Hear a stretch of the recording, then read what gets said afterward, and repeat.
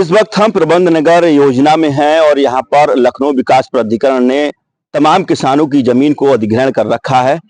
मेरे पीछे का एरिया देखेंगे, ये पूरा जो है ये एलडीए ने अधिग्रहण कर रखा है। बड़ा एरिया है और बताते हैं दर्जनों गांव इसकी जद में हैं।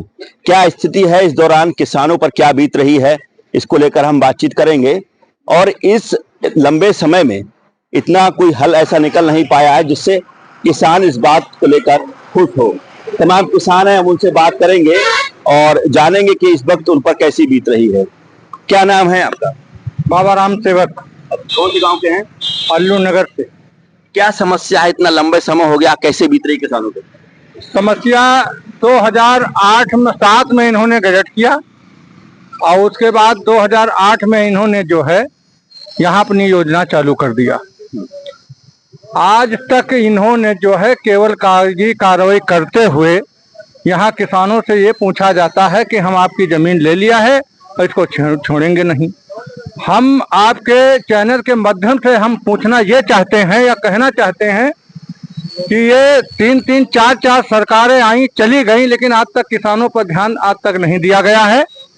यहाँ के किसानों के जो बच्चे हैं वो आज जो 10 साल के थे आज 18 साल हो गया है, वो 28-30 साल के हो गए हैं। ना उनकी हम शादी कर पा रहे हैं, ना हम उनको अच्छे स्कूलों में पढ़ा पा रहे हैं, ना अपनी लड़की बेटियों को अच्छी जगह से हम कहीं शादी कर पाए हैं, ना हम ये अपनी जमीन कहीं पर बेच पा रहे हैं और ना कहीं हम इसका लोन ले पा रहे हैं।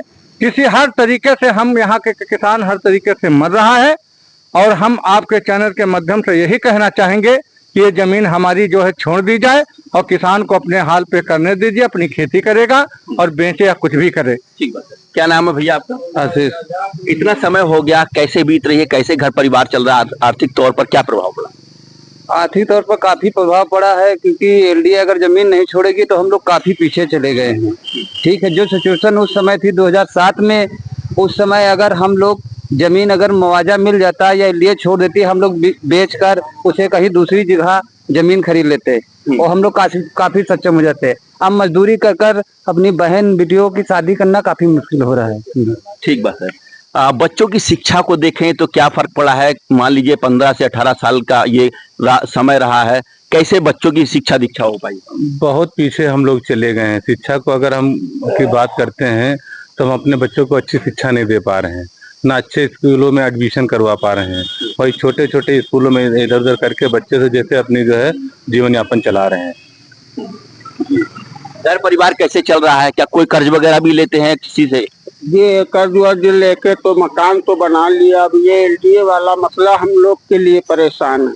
हाँ, ना खा पा रहे हैं। कैसे चल रहा है भैया किसानों की जो स्थिति है देखी जाए? भैया बहुत ही कठिन परिस्थिति है यहाँ पर। शिक्षा से और इलाज से पूरी तरीके से किसान वंचित हो चुका है और जिस तरीके की स्थिति है करीब आज 18 साल हो रहे हैं और यहाँ किसान बहुत ही ज्यादा हद तक परेशान है। किसानों को मतलब बहुत पीछे कर दिया गया। यहाँ आसपास के जो और गांव हैं उनके किसान सबका बढ़िया से काम चल रहा है क्योंकि उनकी जमीनें तो एलडीए में है नहीं। अच्छा, कितने गांव के किसान हैं और कितने किसान हैं? करीब 1 दर्जन गांव है यहाँ पर और जिसमें 3 ग्राम सभाएं हैं। अच्छा, 3 ग्राम सभाओं की जमीन मतलब जो है एलडीए ने ली है। यहाँ किसान होंगे ऐसे करीब ये 4000 के लगभग 4 से 5 हजार के लगभग किसान जो है पीड़ित परिवार है यहाँ। 4 से 5 हजार और किसानों की संख्या तो 20 हजार होगी। अच्छा, एलडीए ने जब जमीन अधिग्रहण किया इससे क्या क्या प्रभाव पड़ रहा है, क्या क्या समस्याएं आ रही है? भैया समस्याएं यही है कि उस टाइम जब इन्होंने लिया था, अगर उस टाइम हम लोगों को पैसा दे दिया होता तो शायद हम लोग मतलब जो है कहीं और लेके अपना मतलब जमीन खरीद लिए होते, अपना काम चल रहा होता। अब तो जमीन मतलब ना हमारी खेती हो पा रही चूंकि शहरी किनारा है और यहाँ जिस तरीके से रेट बढ़े हैं, हम लोग अपनी 1 बीघा जमीन बेच के अगर 1000 स्क्वायर फीट प्लाट नहीं खरीद पाएंगे तो ये स्थिति तो गड़बड़ है ही। और एलडीए आए दिन कहीं मीटिंग करता है, कहीं क्या करता है और यही कहता है कि बस जमीन ले ली है, पैसे का कोई मतलब नहीं, मुआवजे का कोई मतलब नहीं, ना कोई किसी तरीके के साफ बता रहा है कि इतने में तुम्हारी जमीन ली गई है, ऐसा भी कुछ नहीं। सिर्फ अंधेरे में रखे हुए किसान बहुत परेशान है यहाँ।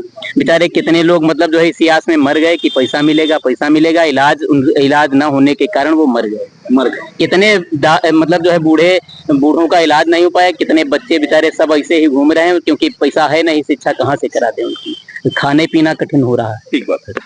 तो देखिए जिस तरीके से दर्जनों गांव इस एलडीए की जद में अधिग्रहण के समीप आए हुए हैं और 2008 से बताया जा रहा है करीब जो एलडीए ने इन तमाम किसानों की जमीन को अधिग्रहण किया था, बावजूद इसके ना ही इन्हें अभी तक मुआवजा मिला है और ना ही इनकी जमीन वापस की गई है। इस दौरान किसान इस बात को लेकर परेशान है कि ना ही वो अपनी जमीन बेचने का अधिकारी है और ना ही उसको अपनी जमीन पर कोई लोन मिल रहा है।